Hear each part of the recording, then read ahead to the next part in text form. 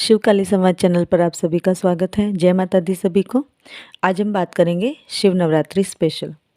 हिंदू धर्मशास्त्र के अनुसार हिंदू वर्ष में 5 नवरात्रि मनाए जाते हैं, जिनमें से 2 नवरात्रि तो सभी जानते हैं, चैत्र व शारदीय नवरात्रि, जिसमें माँ भगवती की आराधना की जाती है। इसके बाद आती है 2 गुप्त नवरात्रि, जिसे भी आजकल बहुत मान्यता मिल चुकी है प्रसिद्धि के साथ। पहले गुप्त नवरात्रि का सभी को ज्ञान नहीं था, परंतु आज के साइबर युग में सभी गुप्त नवरात्रि से भी परिचित हैं। आज मैं 5वें और सबसे खास नवरात्रि के बारे में चर्चा करने आई हूँ, जिसका आदेश मेरी महामाई ने 2-3 दिन पहले ही दिया था आप सबसे शेयर करने का, पर मुझे समय नहीं मिल पा रहा था अत्यधिक व्यस्तता के कारण। तो आज बात करेंगे शिव नवरात्रि से संबंधित।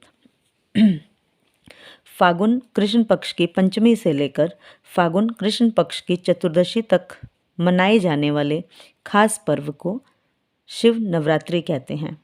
अर्थात फागुन कृष्ण पक्ष की पंचमी से आरंभ होकर शिवरात्रि तक चलने वाले दिनों को ही शिव नवरात्रि की संज्ञा दी गई है।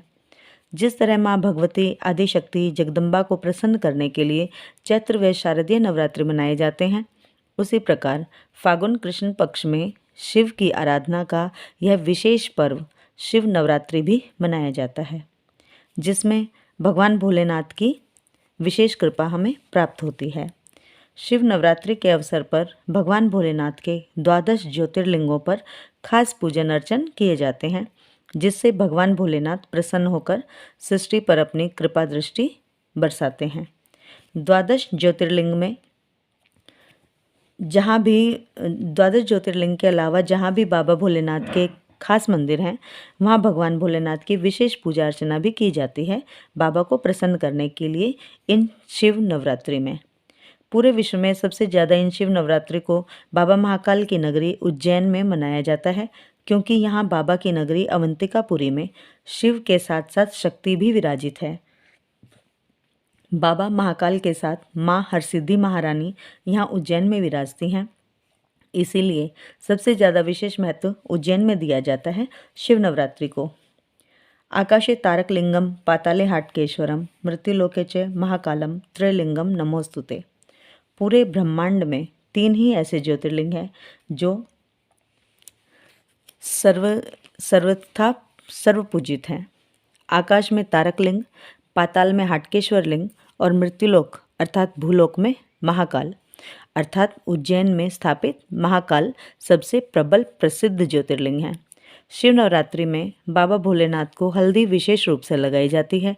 पूरे नवरात्रि जल में हल्दी व दूध मिलाकर बाबा को स्नान कराएं, क्योंकि शिव नवरात्रि से ही बाबा भोलेनाथ के ब्याह की तैयारियां आरंभ होकर बाबा को हल्दी लगानी आरंभ हुई थी।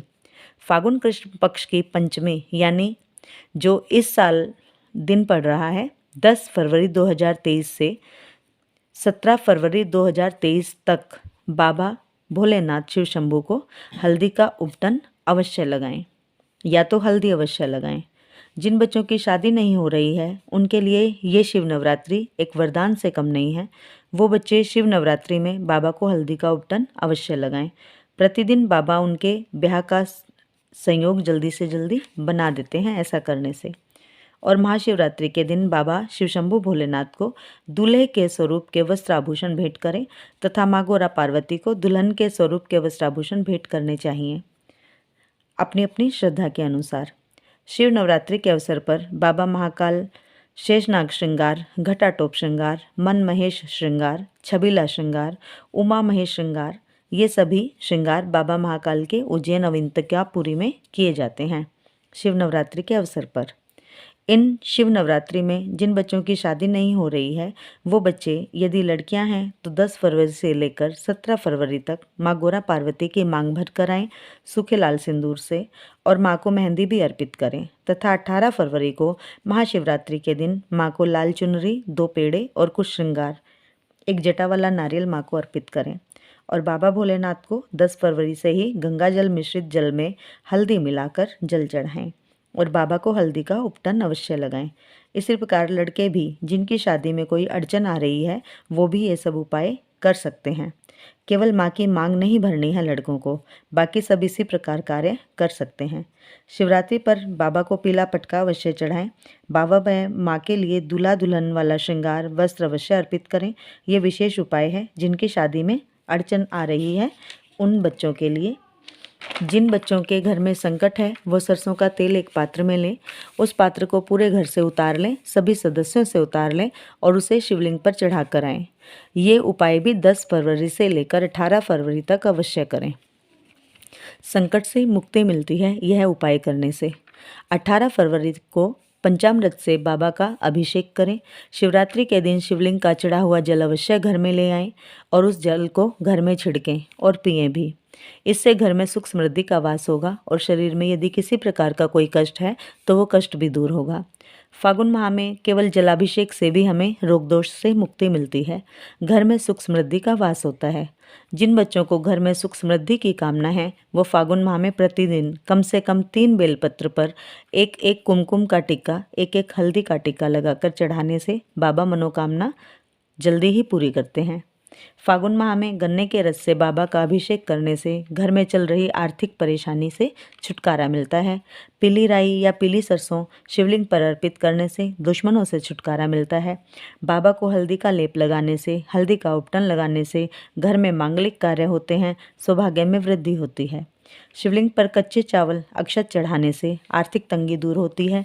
यही अक्षत अगर घर के सदस्यों से वार कर शिवलिंग पर अर्पित करें तो संकटों का नाश होता है।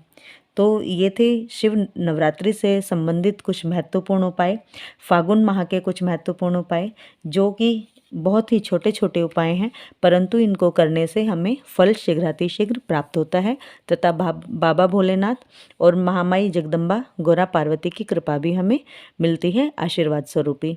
तो ये थी आज की महत्वपूर्ण जानकारी। कैसी लगी मुझे कमेंट्स में अवश्य बताएं। लाइक करें वीडियो को, अगर वीडियो अच्छी लगी है तो शेयर भी करें। मुझे आपका एक लाइक और कमेंट प्रोत्साहित करता है और आगे बढ़ने के लिए। मिलते हैं अपनी नई वीडियो में एक नई जानकारी के साथ। जय माता दी सभी को। जय शिव शक्ति, जय महाकाल, जय महाकाल।